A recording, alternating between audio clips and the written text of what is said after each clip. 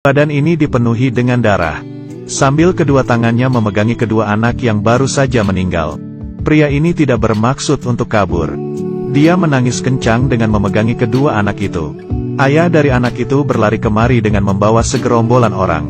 Dan memukuli pria itu. Orang-orang melerai ayah yang kehilangan kendali itu.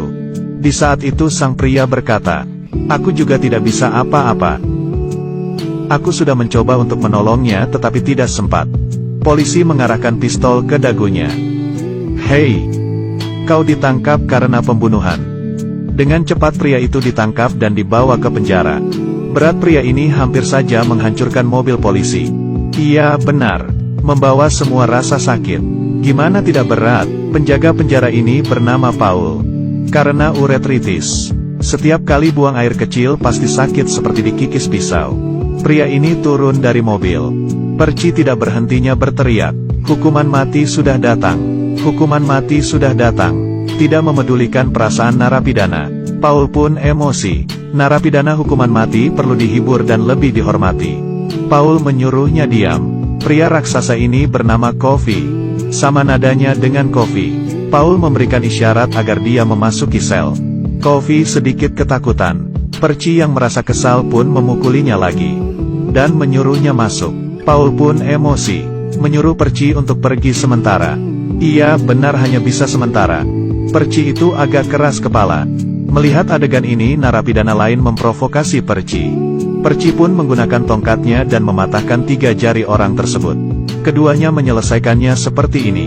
Kofi dengan suara rendah menanyai Paul. "Di sini pas malam kalau tidur, lampunya bakal dimatiin gak?" Dia sedikit takut gelap. Sebenarnya yang dia takutkan adalah kegelapan di sikap manusia. Lalu dia mengulurkan tangan kanan ke Paul.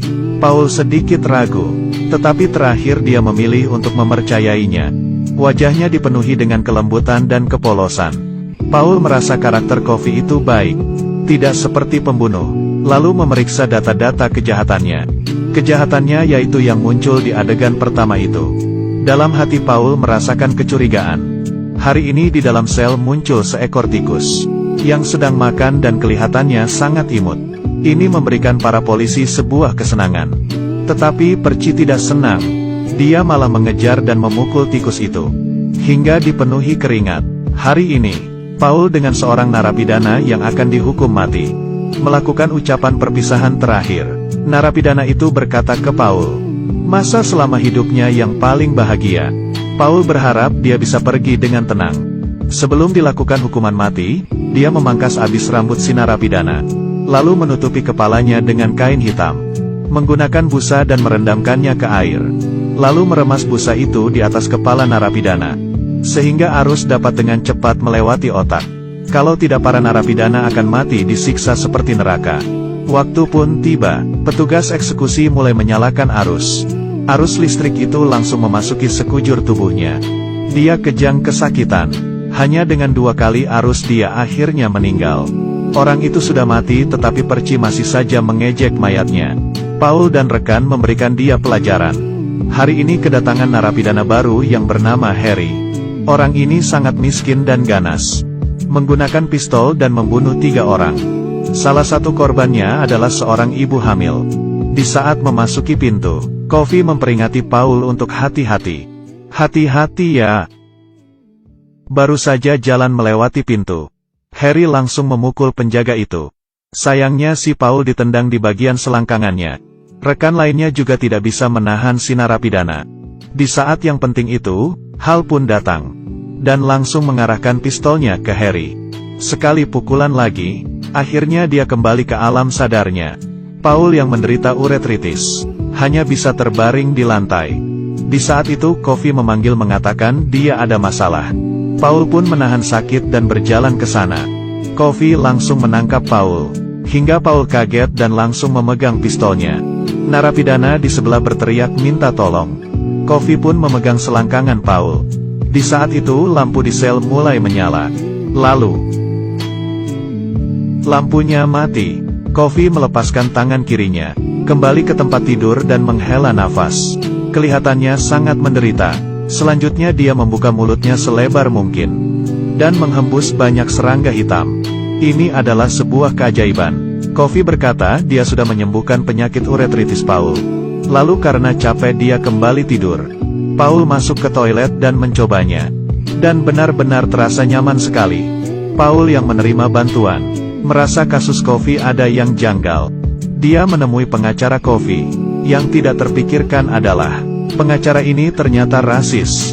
Tidak hanya tidak membantu Kofi, dia juga menyamakan Kofi seperti seekor anjing yang tidak tahu harus berbuat apa.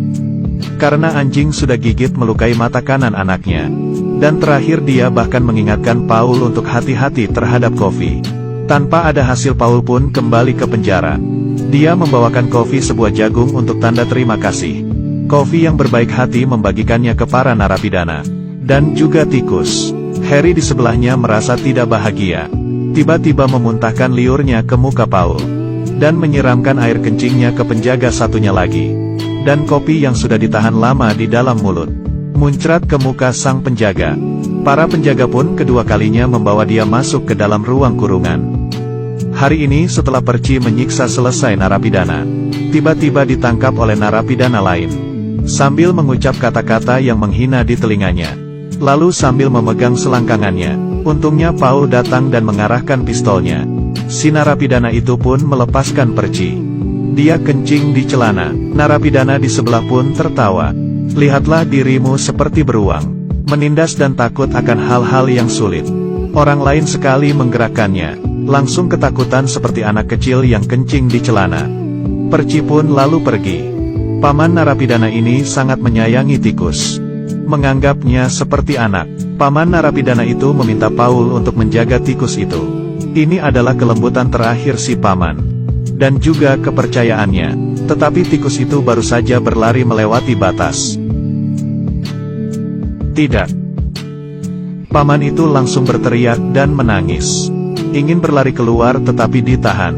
Tikus itu sudah diinjak mati oleh Perci yang hatinya sangat busuk itu. Di saat itu, Kofi bersuara. Cepat berikan ke saya. Mungkin masih sempat. Paul dengan cepat memberikannya ke Kofi. Berharap ada suatu keajaiban. Kofi memegang tikus di kedua telapak tangannya. Ekor tikus itu pelan-pelan mulai bergerak. Saat itu tangan Kofi mulai memancarkan sinar. Muka penjaga terpapar cahaya terang. Setelah cahaya terang itu, tikus yang tadi mati menjadi hidup kembali. Kali ini batuknya Kofi semakin hebat. Dia mengangkat kepalanya lalu memuntahkan serangga hitam. Keajaiban ini terjadi untuk kedua kalinya. Paman narapidana itu bertemu tikus itu lagi sebelum dieksekusi. Dan Paul menangkap si Perci. Mengancamnya untuk pergi setelah eksekusinya selesai. Kalau tidak dia akan mati. Sangat tidak kebetulan, orang yang selanjutnya akan dieksekusi adalah si paman itu. Perci yang tidak tahu malu itu demi balas dendam ke si paman narapidana. Sengaja tidak merendam busa itu ke air. Paul terlambat menyadarinya. Setelah arus listrik itu dinyalakan, paman itu berteriak kesakitan. Di sisi lain narapidana ini sedang bersorak. Kofi pun juga merasakannya. Kesakitan yang dirasakan oleh paman. Sekujur badannya tidak berhenti berkedut. Yang disiksa itu dirinya sendiri. Tikus pun lari karena ketakutan. Yang di tempat merasa ketakutan. Terakhir paman itu mati karena terbakar hangus. Para penjaga marah dan memukul Perci. Tetapi selain ini mereka juga tidak bisa melakukan apa-apa. Memangnya orang jahat ini benar-benar tidak ada yang bisa mengatasinya. Hari ini Paul dan rekannya memutuskan hal yang penting. Membawa Kofi untuk mengobati istri atasannya yang menderita tumor. Agar rencananya tidak digagalkan. Mereka memasukkan obat tidur ke dalam minuman. Dan mengurung Perci ke dalam ruang kurungan. Lalu diam-diam membawa Kofi ke rumah Hal. Kali ini tidak memborgol tangan Kofi. Mereka seperti ini mempercayainya, lalu datang ke rumah Hal. Hal mengira terjadi suatu keributan. Dia pun membawa pistol, tapi tatapannya yang lembut dan tulus membuat Hal tidak bisa menahan diri. Kofi pun memasuki pintu depan. Wanita itu tidak bisa dikenali seperti kerasukan setan. Kofi berjalan ke sebelah kasur. Dengan lembut menyium kening wanita itu. Sang wanita membuka mulutnya, dan muncul sebuah cahaya terang. Penyakit tumor itu dihisap keluar. Cahaya terang itu menerangi seluruh kamar. Hal melihat hingga bengong. Jam dinding pun retak. Keajaiban ketiga pun muncul. Kali ini Kofi 2 kali lebih parah sakitnya. Tetapi yang aneh adalah, Kali ini dia tidak memuntahkan serangga hitam.